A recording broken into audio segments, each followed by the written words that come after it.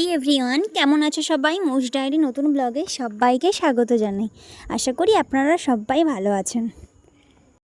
যারা আমার আগের ব্লগগুলো দেখোনি তারা দেখে নাও, দেখে নিলে এই ব্লগটা দেখলে বুঝতে পারবে। তো আমরা এসেছিলাম সূর্যোদয় দেখার জন্য। তো দেখো এই পেছনে সূর্যটা উঠছে, আর এদিকে আমরা দুজনও হাঁটছিলাম এবং সবাই সকাল সকাল হাঁটতে বেরিয়েছিলাম সূর্যোদয় দেখার জন্য। সকাল সকাল ঘুম থেকে উঠে যদি এই রকম একটা সমুদ্রের পাড় দেখতে পাওয়া যায় তাহলে মনটা কিন্তু অনেক খুশি থাকে। প্রাকৃতিক সৌন্দর্যের অন্যরকম গুণ রয়েছে। তো যাই হোক, আমরা সূর্যোদয় দেখে রুমে এসেছিলাম, আর এইটা আমার ননদ আর নন্দাই রুম ছিল, কিন্তু আমরা সবাই এসে থাকছিলাম। এদিকে দেখো, এসে স্নান করার পর কোন কোন জামাটা পরবে সেইগুলোই বার করে রেখে গেছিলো।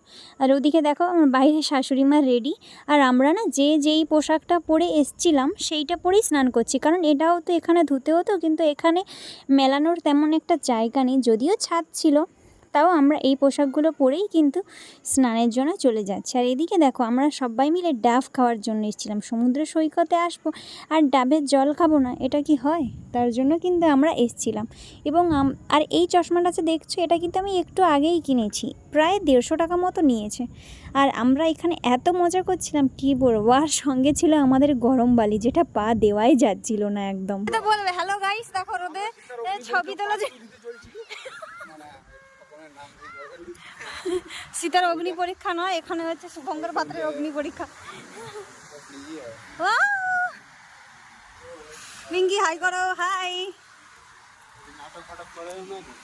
আমার ননদের নাম ধরে ডাকি এই কারণ ও হচ্ছে আমার ছোটোবেলার অনেক বন্ধু। যেহেতু আমাদের রিলেটিভের মধ্যে বিয়ে হয়েছে এবং লাভ ম্যারেজ করে, তো এই জন্য ওকে আর ননদ বলা হয় না, নাম ধরেই ডাকা হয়। সেই রকম ওর দিক থেকেও ও আমায় বৌদি বলে না, আমার নাম ধরে ডাকে। আর আমি না আমার নাম ধরে ডাকাটাই বেশি কমফর্ট ফিল করি।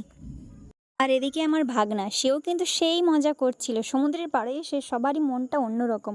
আর যেহেতু আমরা ফুল ফ্যামিলি মিলে এসেছিলাম, তো আনন্দটা এখানে খুবই হচ্ছিল। শুধু একজনকেই মিস করছিলাম, সে হলো আমার শ্বশুরমশাই। কাজের জন্য উনি আসতে পারেননি, তাই উনি থাকলে পুরো আনন্দটাই অন্যরকম হতো।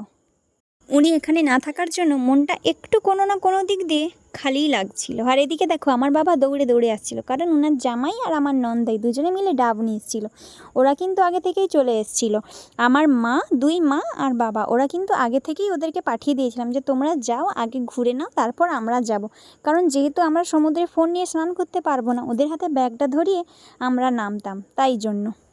সারাদিনের ব্লগটা তোমাদের 3 ভাগে করে দেখাচ্ছি। যদি পুরোটাই একসঙ্গে দিতাম তোমরাও বোলিং ফিং করতে আর আমারও এডিট করতে অনেক কষ্ট হতো, তাই জন্য আমরা 3 ভাগে ভাগ করলাম। এরপর আমরা কোথায় ঘুরতে গেলাম, কী করলাম, এটা কিন্তু আমরা পরের ব্লগে শেয়ার করব।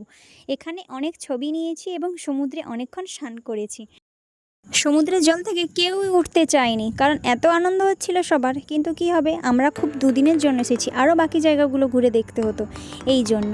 তো চলো আমরা ব্লগটা শেষ করছি এখানে।